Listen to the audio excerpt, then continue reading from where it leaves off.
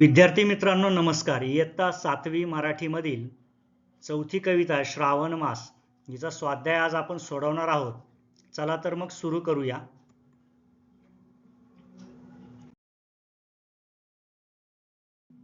पहिला प्रश्न आहे, खालील प्रसंगी काय घडते ते लिहा. यामध्ये आपल्याला पहिला प्रसंग दिलेला आहे, पहिला पाऊस आल्यावर. आता पहिला पाऊस आल्यावर काय घडते ते आपल्याला लिहायचं आहे. पाहूया उत्तर. कडक उन्हाळ्यात वातावरण तापलेले असते. घामाच्या धारांनी जीव हैराण झालेला असतो. पहिला पाऊस पडतो तेव्हा मन आनंदून जाते. हवेत गारवा येतो. सारी सृष्टी पावसात न्हाऊन प्रसन्न दिसू लागते. पहिला पाऊस सर्व प्राणीमात्रांना हवा हवासा वाटतो.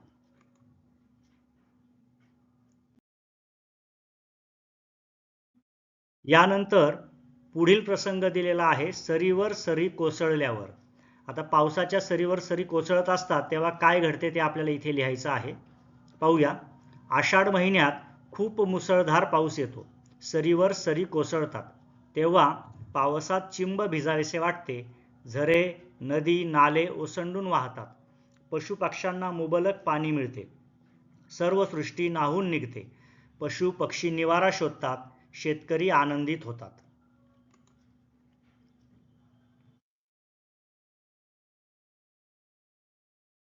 यानंतर दुसरा प्रश्न आहे, निरीक्षण करा व लिहा. यातील पहिलं विधान आहे, श्रावण महिन्यातले तुम्ही पाहिलेले आकाशातील विशेष बदल. या ठिकाणी आपल्याला श्रावण महिन्यात आपण आकाशात कोणकोणते विशेष बदल पाहतो ते लिहायचं आहे. पाहूया उत्तर. 1. आकाशात पांढऱ्या ढगांचे पुंजके तरंगत असतात. 2. अचानक वाऱ्याच्या झुळका वाहू लागतात. 3. आकाश काळ्या ढगांनी दाटून येते. 4. पावसाची जोरदार सर येते. 5. थोड्या वेळाने सूर्य ढगाआडून येतो व लख्ख ऊन पडते.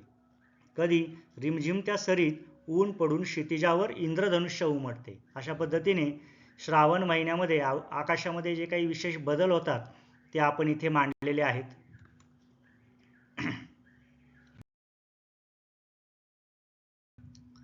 यानंतर प्रश्न तिसरा आहे, खालील तक्ता पूर्ण करा. यामध्ये कवितेत आलेली यांची नावे लिहायची आहेत. तर पहिला जो कॉलम आहे त्याच्यामध्ये आपल्याला प्राण्यांची नावं लिहायची आहेत. दुसऱ्या स्तंभामध्ये पक्ष्यांची नावं. तिसऱ्या स्तंभामध्ये फुलांची नावं लिहायची आहेत. आणि कवितेमध्ये हे सर्व उल्लेख आलेले असायला हवेत. तेव्हा कवितेमध्ये जे उल्लेख आलेले प्राणी आहेत ते आहेत हरणी, पाडसे आणि खिल्लारे म्हणजेच गुरे वासरे. आता कवितेमध्ये जे पक्ष्यांचे उल्लेख आलेत ते बगळे व पाखरे असे उल्लेख आलेले आहेत, त्यामुळे त्यांची नावं आपण इथे लिहिली. कवितेमध्ये सोनचाफा, केवडा व पारिजातक या फुलांचा उल्लेख आलेला आहे. तेव्हा कवितेमध्ये आलेले प्राणी, पक्षी व फुले यांची नावे लिहून आपण हा तक्ता पूर्ण केलेला आहे.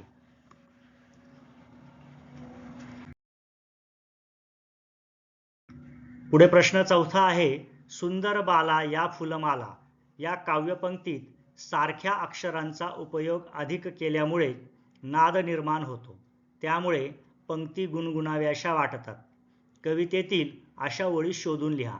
सुंदर बाला या फुलमाला या ओळीमध्ये जसं बाला फुला, या बाला फुलमाला हे जसं पुन्हा पुन्हा आलेलं आहे, तसं काही ओळींमध्ये काही ध्वनी किंवा काही अक्षरं पुन्हा पुन्हा येतात आणि त्यामुळे ती ओळ अतिशय सुंदर वाटते. तर अशा कवितेतल्या ओळी आपण शोधून इथे लिहायच्या आहेत. तर यातली पहिली ओळ आहे, श्रावण मासी हर्ष मानसी. इथे मासी आणि मानसी हे समान ध्वनी पुन्हा आलेले आहेत, त्यांना आपण अधोरेखित केलेलं आहे. पुढे तरु शिखरांवर उंच घरांवर, इथे खरांवर व घरांवर समान ध्वनी आलेला आहे ओळीमध्ये. यानंतर उठती वरती जलदानवरती, पुन्हा वरती वरती हे ध्वनी आलेले आहेत एकाच ओळीत. उतरुणी येती अवनीवरती, येती वरती. सुंदर हरिणी हिरव्या कुरणी, हरिणी कुरणी. अशा पद्धतीने काव्यपंक्तींमध्ये ध्वनी पुन्हा पुन्हा येऊन एक सुंदर नाद निर्माण झालेला आहे आणि अशा पंक्ती शोधून आपण इथे या उत्तरामध्ये लिहिलेल्या आहेत.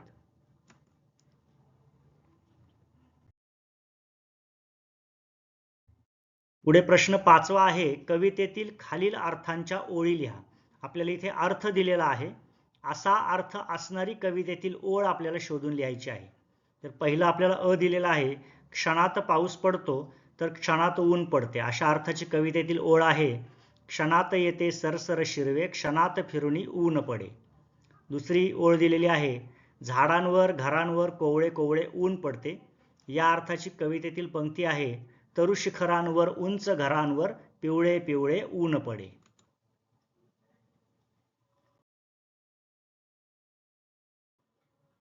पुढे ई आहे. हरिणी आपल्या पडसांसह कुरणात बागडत आहेत अशा अर्थाची कवितेतील ओळ आहे. सुंदर हरिणी हिरव्या कुरणी निजबाळांसह बागडती.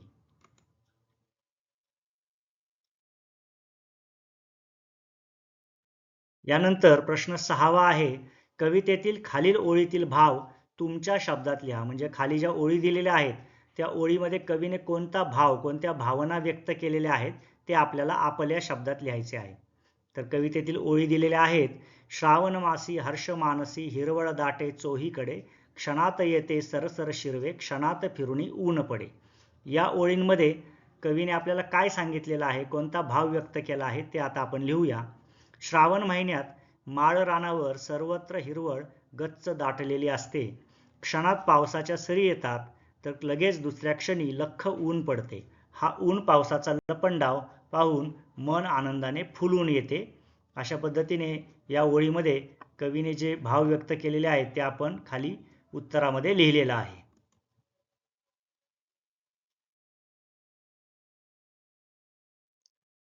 यानंतर खेळूया शब्दांशी. याच्यामध्ये एक प्रश्न आपल्याला दिलेला आहे. खालील शब्दांसाठी कवितेत आलेले समानार्थी शब्द शोधून लिहा. इथे आपल्याला 9 शब्द दिलेले आहेत आणि त्यांच्यासाठी कवितेमध्ये जे समानार्थी शब्द आले ते आपल्याला शोधायचे आहेत. पहिला शब्द दिलेला आहे बासरी. यासाठी कवितेत आलेला शब्द आहे पावा. स्त्रिया यांच्यासाठी कवितेत शब्द आलेला आहे ललना. आकाशला समानार्थी शब्द आलेला आहे नभ. मेघ यासाठी समानार्थी शब्द आलेला आहे जलद. गुराखी यासाठी समानार्थी शब्द कवितेमध्ये आलेला आहे गोप. पृथ्वीसाठी आलेला आहे अवनी. वृक्षसाठी आलेला आहे तरु. मुखसाठी आलेला आहे वदन आणि रागसाठी कवितेमध्ये आलेला समानार्थी शब्द आहे रोष. अशा पद्धतीने खेळूया शब्दांशी मधील तक्ता आपण समानार्थी शब्द भरून पूर्ण केलेला आहे. या ठिकाणी आपला स्वाध्याय पूर्ण होत आहे.